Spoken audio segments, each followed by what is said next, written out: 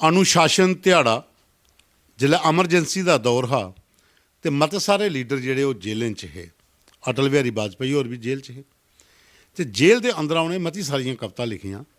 उंदे च एक कविता ये लिखी दी है जिसका डोगरी अनुवाद है अनुशासन ध्याड़ा। डोगरी अनुवाद किए दा भारतीय जनता पार्टी के वरिष्ठ नेता ते एडवोकेट चंद्रमोहन शर्मा होरें। अटल ते डोगरी एक नवी सीरीज़ उहदे च एक नवी कविता। अज तुसें सुनागे अस डोगरी अनुवादित कविता अनुशासन ध्याड़ा जिहड़ी जेल च लिखोई।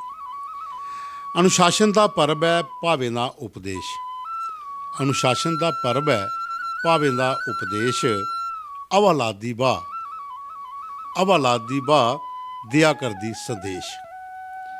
राज डंडे कन्नै चलदा, राज डंडे कन्नै चलदा, जज अज करन जादा।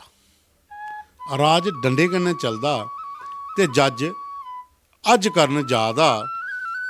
कानून रोज़ बदलदा कवि राय कैदी। कानून रोज़ बदलदा कवि राय कैदी। आखदा रौला है अनुशासन दा, आखदा रौला है अनुशासन दा, पर जोर चला करदा दुशासन दा। कवि राय कैदी आखदा रौला है ये अनुशासन दा, पर राज चला करदा दुशासन दा। अनुशासन दा पर्व है भावे दा उपदेश। अवालाद दी बाह दिया करदी संदेश। ये कविता उन्हें जेल चा लिखी ही।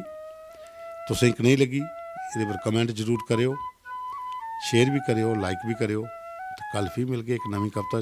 तुंदा मता धन्नवाद।